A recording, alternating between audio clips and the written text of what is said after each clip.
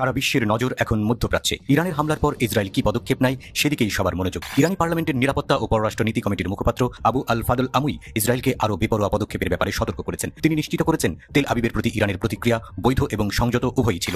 Iran Israel সংঘাতকে ঘিরে সারা বিশ্ব যখন দুই ভাগে বিভক্ত, তখন নিজেদের পক্ষে সমর্থন যোগাতে মরিয়া দুই দেশ। সেই পথ ধরে ইরানকে এবার চাপে ফেলতে আন্তর্জাতিক সম্প্রদায়ের দ্বারস্থ হয়েছে ইসরায়েল। সম্মানিত দর্শক মণ্ডলী, ইরান আবারও নতুন করে পাল্টা হামলা করেছে ইসরায়েলে। সেই বিষয়টি আপনারা সকলেই জানেন। ইরান ইতিমধ্যে শক্তিশালী হলেও কিন্তু নতুন করে তার সাথে আরও একটি শক্তিশালী রাষ্ট্র যোগ হয়েছে, সেটি হলো রাশিয়া এমনকি ইরান মিলে কিন্তু ইসরায়েলকে ধ্বংস করে দেওয়ার একটি প্ল্যান চলছে। সেই বিষয়ে বিস্তারিত আপনাদেরকে ভিডিওতে তুলে ধরবো। ভিডিও দেখলে অবশ্যই বুঝতে পারবেন বর্তমান ইসরায়েলের পরিস্থিতি কতটা ভয়াবহ। প্রিয় দর্শক, এই জন্য গুরুত্বপূর্ণ ভিডিওটি এক সেকেন্ডেও না টেনে ধৈর্য সহকারে শেষ পর্যন্ত দেখবেন। চ্যানেলে নতুন দর্শক হলে অবশ্যই চ্যানেলটিকে সাবস্ক্রাইব করে পাশে থাকা বেল বাটনটি অন করে দিবেন। প্রিয় দর্শক, কথা না বাড়িয়ে ভিডিওতে একটি লাইক দিয়ে দেখতে থাকুন সম্পূর্ণ ভিডিওটি।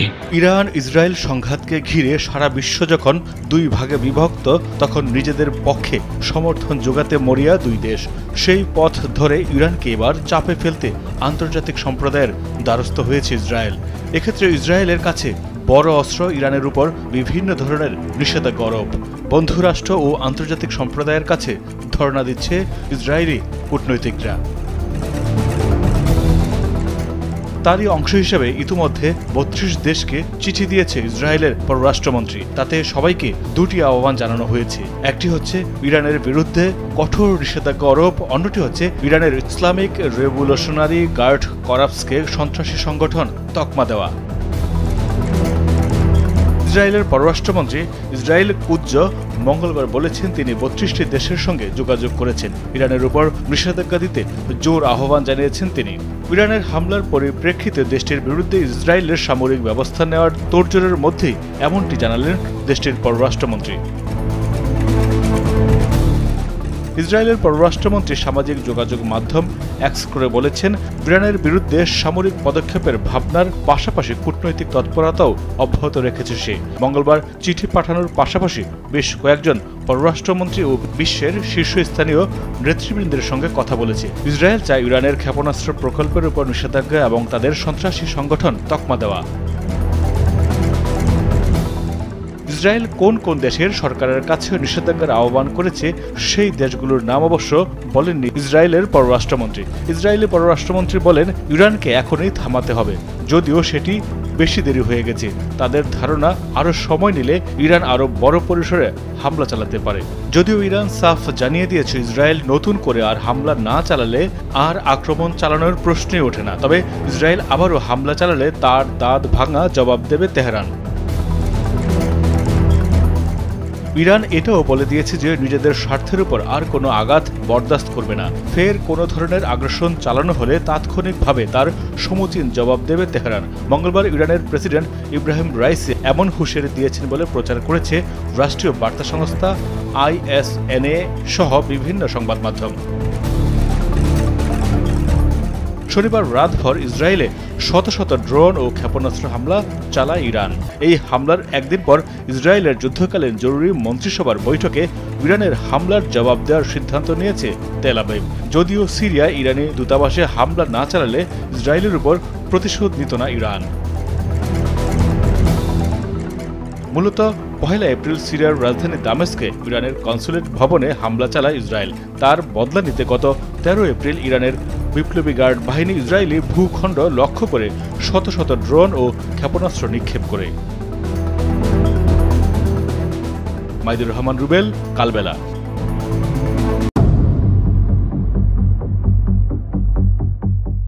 সারা বিশ্বের নজর এখন মধ্যপ্রাচ্যে। ইরানের হামলার পর ইসরায়েল কি পদক্ষেপ নেয় সেদিকেই সবার মনোযোগ। ইরানি পার্লামেন্টের নিরাপত্তা ও পররাষ্ট্র নীতি কমিটির মুখপাত্র আবু আল ফাদল আমুই ইসরায়েলকে আরও বেপরোয়া পদক্ষেপের ব্যাপারে সতর্ক করেছেন। তিনি নিশ্চিত করেছেন, তেল আবিবের প্রতি ইরানের প্রতিক্রিয়া বৈধ এবং সংযত উভয়ই ছিল। আবু আল ফাদল আমুই উল্লেখ করেছেন যে ইরান তার ক্ষমতার একটি উল্লেখযোগ্য অংশ মোতায়েন করা থেকে বিরত রয়েছে, তবে ইসরায়েল বাড়াবাড়ি করলে তেহরান আরও জোরদার হামলা চালাবে। আমুই জোর দিয়ে বলেছেন, ইরান যে কোনো ইসরায়েলি আক্রমণ মোকাবেলা করতে প্রস্তুত রয়েছে এবং আক্রমণের অনুপাতে প্রতিশোধ নেবে। তবে পশ্চিমা দেশগুলো বারবার ইসরায়েলকে বলছে শান্ত থাকতে এবং যুদ্ধে না জড়াতে। আমুই অভিযোগ করেছেন, ইরান এর আগে পশ্চিমা দেশগুলোকে জাতিসংঘের নিরাপত্তা পরিষদে ইসরায়েলি আগ্রাসনের নিন্দা করতে বলেছিল, কিন্তু তারা এই অনুরোধে সাড়া দেয়নি। তিনি জোর দিয়ে বলেছেন, ইরান ইসরায়েলের প্রতিশোধমূলক পদক্ষেপের সম্ভাবনা এবং আরও উস্কানি দেওয়ার প্রবণতা সম্পর্কে সচেতন এবং ইরান সমস্ত পরিস্থিতির জন্য প্রস্তুত রয়েছে। শনিবার রাতের হামলায় ব্যবহার করা ড্রোন ও ক্ষেপণাস্ত্র ছাড়াও অব্যবহৃত অস্ত্র ব্যবহার করে আরও নির্ভুলতার সাথে প্রতিক্রিয়া জানাতে প্রস্তুত রয়েছে।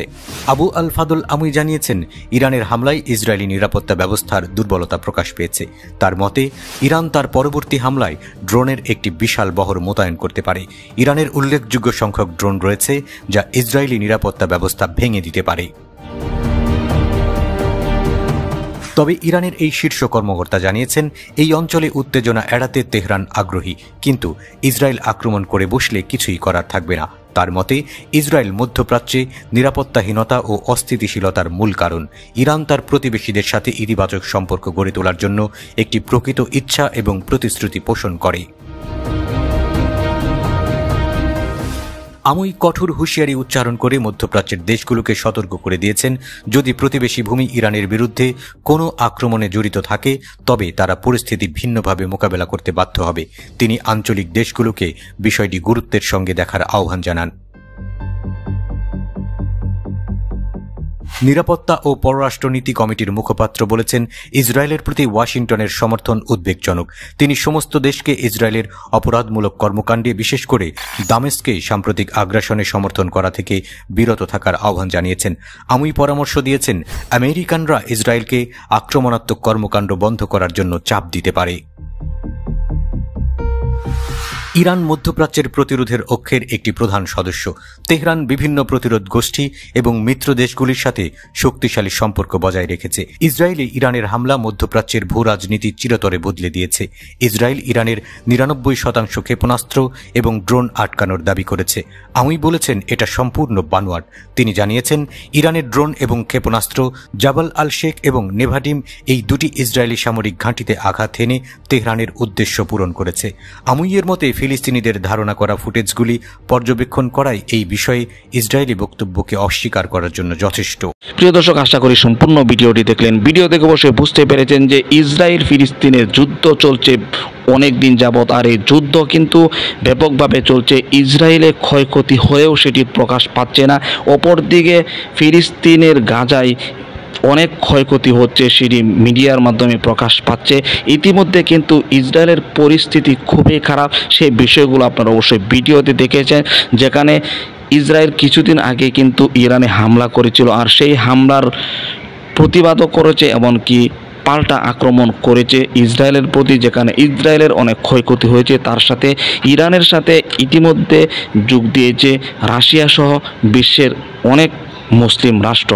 আর রাশিয়া ইরানের সাথে যোগ দেওয়ার মূল কারণ আপনারা সকলেই জানেন, যেদিকে রয়েছে আমেরিকা তার বিপক্ষে থাকবে রাশিয়া, এটাই স্বাভাবিক। এই জন্যই কিন্তু রাশিয়া ইতিমধ্যে ইরানের পক্ষ নিয়েছে, আর একসাথে হয়ে কিন্তু ইসরায়েলকে এভাবে নিশ্চিহ্ন করছে। প্রিয় দর্শক, এই ইসরায়েলের বিপক্ষে অবশ্যই আপনারা সকলেই থাকবেন, এমনকি প্রতিবাদ করবেন। এই ইসরায়েলি মানুষ, বিশেষ করে ইসরায়েল ইহুদি যারা, তারা মুসলমানদের ক্ষয়ক্ষতি করছে, অবশ্যই তারা যেন এই শান্ত হয়ে যায়, এমনকি যদি যে যুদ্ধ চলছে এই যুদ্ধে পরিশেষে মুসলমানদের বিজয় হয়, এই বিষয়ে কিন্তু সকলেই আপনারা আশা রাখবেন, এমনকি সবাই দোয়া করবেন। এই বলে আজকের মতো ভিডিও এখানে শেষ করছি। ভালো থাকুন, সুস্থ থাকুন, আবারও দেখা হচ্ছে পরবর্তী ভিডিওতে।